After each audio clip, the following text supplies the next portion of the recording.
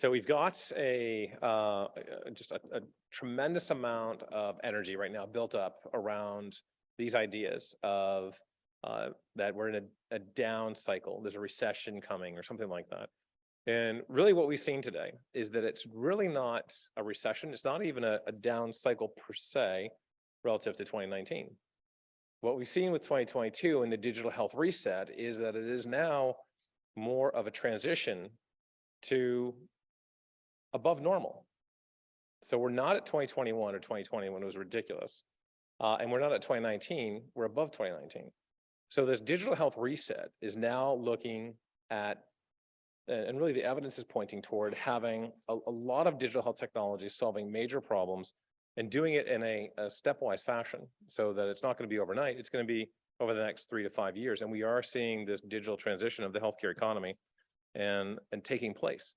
But one of the themes that we found in our research was that there's also this fragmentation taking place. And we saw a little bit with the World Bank and what they were talking about with age tech, because we don't have a one-size-fits-all digital health solution. Really what we have are different types of versions of digital health for different populations, really not just in the US, but all around the world. And to talk a little bit about that, we have 3 guests here in a panel that'll be moderated with April Smith-Hirak from Health and Human Services. She's the Northeast Regional Manager. So please welcome our next panel to talk about the fragmentation of digital health.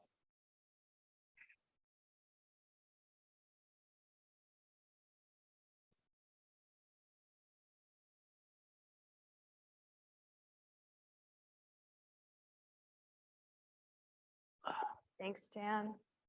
So I think the first thing we're supposed to do is introduce ourselves. So I will go ahead and go first. I'm April Smith-Hirak. I am the Regional Health Administrator for New York for the Office of the Assistant Secretary for Health of the U.S. Department of Health and Human Services. And a little bit about myself and how I got here. A lot of what we do is really basic health policy. It's everyday public health. And over the course of the pandemic, I started looking around and saying, you know, we're really in the precipice of an entirely new way of practicing medicine and thinking about health. And innovation and technology is a big part of that. And as a government, if we don't think about how we bring that forward and work within the new system and work complementary to that new system, then we're missing an opportunity, especially as it relates to equity and underserved populations. So that is how I came into digital health about 3.5 years ago, 3 years ago now. And I've spent a number of wonderful hours speaking with founders and funders and academics and all sorts of players in the digital health field. And it's really interesting to be able to sit here with both of you today and speak about digital health and fragmentation of the health system. So I'll hand it over. Sure. My name is Kyle Christopher. I'm the current CEO and founder of Smart Care 360 and MRG Health. We're a disease-specific and determinants of health-specific virtual care management platform and clinical call center solutions company. Prior to MRG Health, I have a formal degree in vascular, general obstetrical, and cardiac sonography. I also helped commercialize a molecular genetics and pathology lab with a triple board Johns Hopkins trained doctor in molecular pathology and immunology. But we're on the forefront of this thing we call digital health. We've been at it for a while. There's over 500,000 patients using our technology now. We have about 2,000 on the managed care model. And over the past 4 or 5 years of doing what we're doing, we've been able to work towards getting a 90% adoption, so 9 out of 10 people we talk to opt in, 80% compliance, and less than a 5% monthly drop off through really personalizing almost a patient-specific or patient-centered avatar and taking into consideration determinants of health, risk factors that will address adoption, adherence, and clinical outcomes. So happy to be here and great to be on a panel with you guys. My name is Theo Borgovan. I straddle 2 worlds. I'm a medical oncologist, and I also work in the big pharma sphere where I'm a medical director managing clinical trials at multiple phases with a special interest in lung cancer.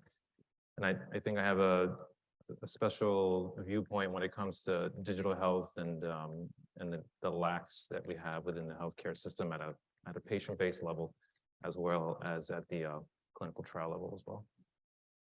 So I know that we're here to talk about the fragmentation of the health system, and I think from each of our perspectives, it means something just slightly different. So from my perspective, I take a 30,000-foot more policy view.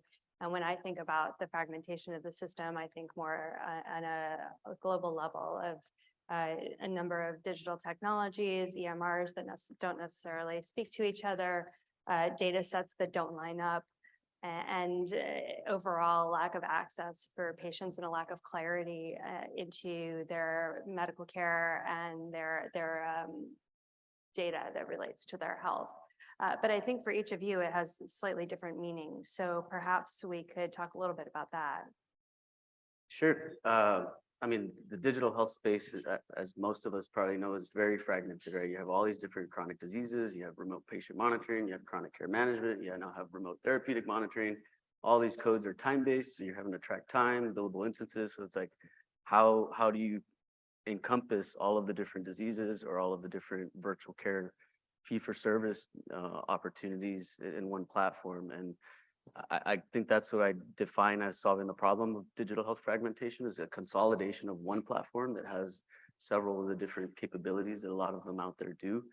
I think also you have to look at the staffing issues. Without people, this stuff just doesn't work. You have CPT codes, again, that are time-based. You have to spend a certain amount of minutes either reviewing information or with the patient. You get, 100,000 patient, deal with a payer or a large health system, that's going to mean 150, 200 jobs. So who's going to source those people so that you actually meet the reimbursement guidelines and it's not just a complete waste of resources? So I think technology consolidation and staffing is one of the biggest fragmentation issues that I've encountered. I would agree. I think at the patient level, the intricacies are complicated. I would say fragmentation for me at the patient level means multiple things. And the first one is lack of patient trust. So I think when a patient comes to you for the first time and you're spending half the time trying to consolidate data from multiple EMRs, it just looks bad, I think, for the system and for the practice. And I think it makes the patient lose confidence right away.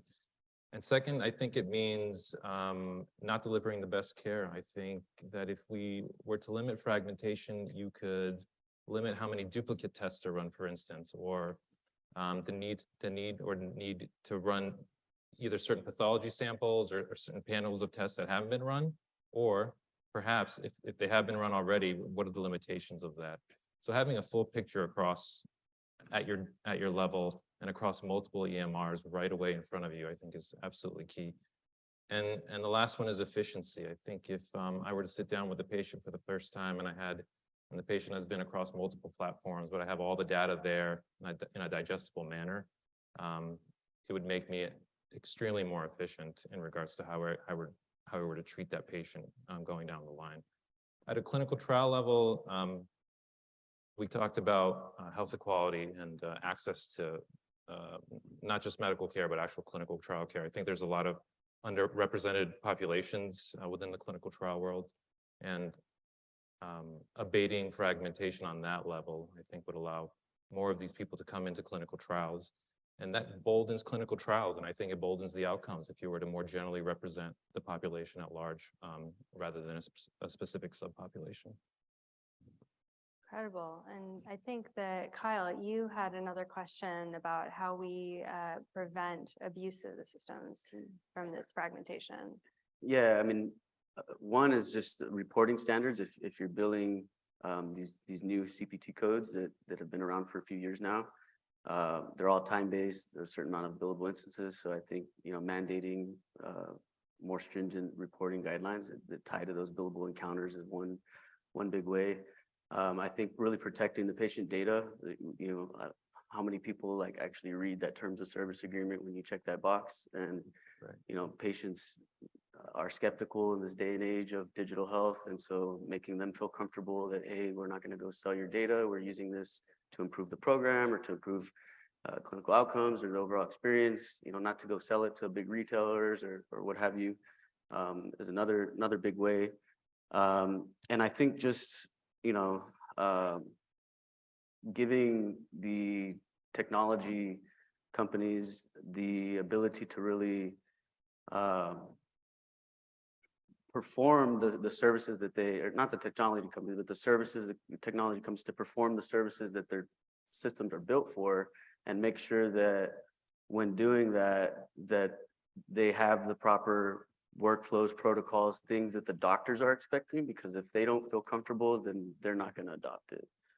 So I think those are some important factors. Yeah, I would totally agree with that. I think there has to be proper and consistent communication in between the healthcare provider and everybody else. There's so many data points that everybody needs to be educated in terms of what's important and what's not. And when those data points come together in front of a physician or a medical provider, they need to be important and make sense. So I think communication is absolutely key in that sense. We have some other questions that were posed to us, and I think that there are particular things that each of you were interested in sharing. So would you like to go ahead and maybe share something from our list of questions? Yeah, one with the questions was, how are we going to, get patients to adopt this stuff?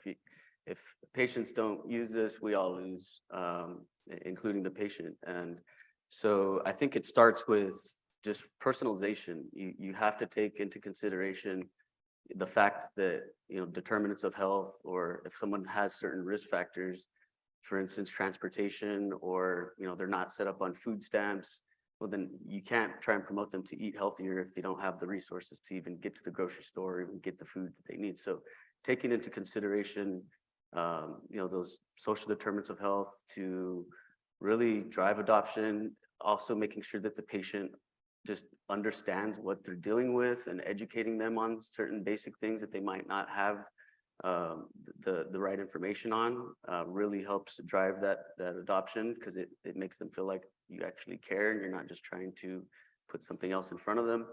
But I really think it's patient-centered care and really team-based care. There's shortages all over, and having the right staffing ratios to patients is very important too.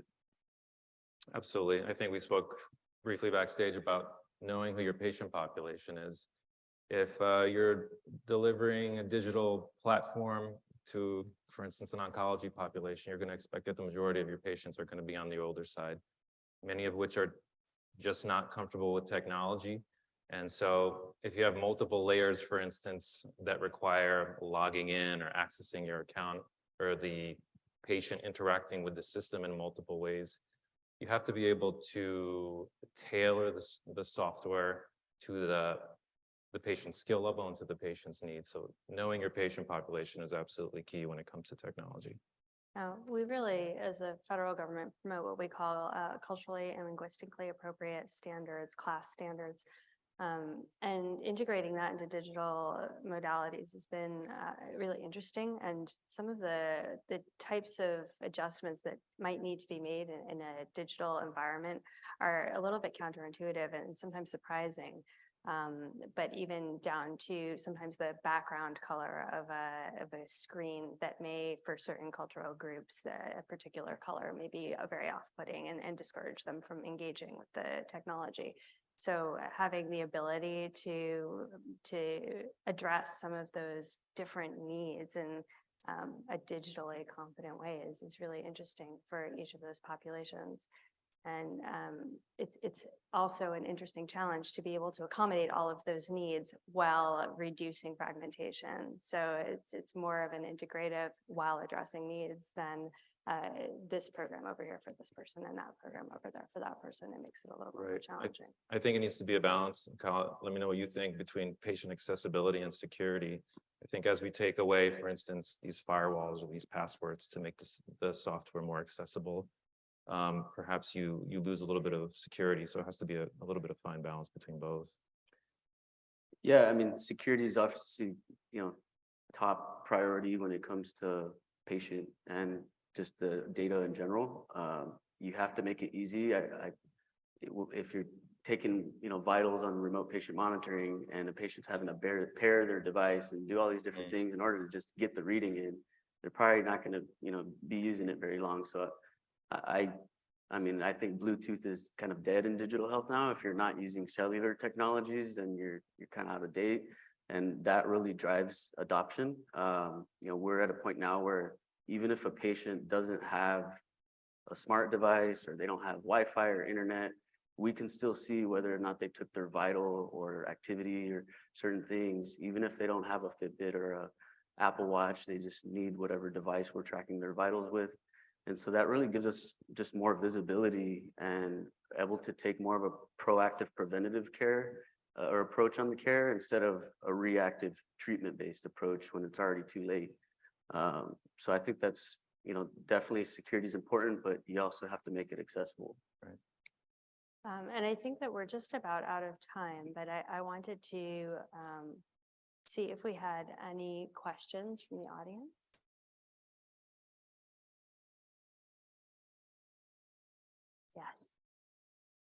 Yes. So you're an oncologist, you have protocols, oral and infused therapy. Oral comes from maybe a Walgreens specialty, you're doing the infusion. Fragmentation by providers. How do we address that? I wish I had a short answer. I think we've touched them on certain points tonight in terms of where to start. The main one is knowing your patient population, knowing what type of access they have to digital health, and perhaps what ability they may have when it comes to accessing this digital health. The most important one for me is delivering data points and delivering information that's digestible and important to the medical provider and easy for them to digest, whether it comes in the form of, just think about a display with multiple vital signs, a display showing liver function. Rather than throwing all the data together at once and just putting it in front of a provider, knowing what's important and how the provider wants to see things, perhaps trends through time, is also important. So knowing the patient population, delivering important data that's digestible is perhaps the best place to start. Do we have time for one more question? Anyone else in the audience? Well, I will ask you to wrap up by sharing what your view of an ideal non-fragmented system would look like from both the patient point of view and the business point of view. Yeah, I mean, you have to take into consideration a patient journey, right? They're going through their daily, personal lives. They have their clinical stuff, and so personalizing things around their activity levels, their languages, the availabilities, the type of engagement, mediums that they prefer. It all goes into effect. It's like an omni-channel kind of avatar type of communication and engagement, and that's where we've really been able to see adoption, adherence, and compliance. Yeah, what about you? What does it look like in an ideal world? I'll speak very idealistically, and you mentioned centralization. If we had an ability to centralize all of this, that would be the dream, whether it's across multiple pharmacies pulling in IV medications and PO medications. But the ideal scenario for me would be I log in, I have the complete patient picture the way I want it, the charts the way I want it. And the most important part is whether the patient's been to multiple medical facilities and has interacted with multiple providers that each use different EMRs. Those EMRs now come into my system seamlessly. So for instance, I can give you an example. I use one EMR in a certain hospital, and the outside EMR comes in as a PDF, and I can't scan it, I can't find it, so I have to literally go through pages of PDFs. If that were to come in and integrate with my system seamlessly, and I have all the patient information and data right in front of me, that would be the ideal situation. And it's very similar to yours, I think. Yeah, I think for a patient and a doctor to be able to identify all of the relevant information, all of the history on a single platform with all of the AI and digital accessories that might be able to aid in their health, and also for that patient to have ownership and understanding of what it is that means for them. So that the medication and all of the clinical care then becomes a conversation and a team effort really between like the entire medical team and the patient. That would be my ideal world. So I hope we can get there. Thanks very much. There you go. Thank you.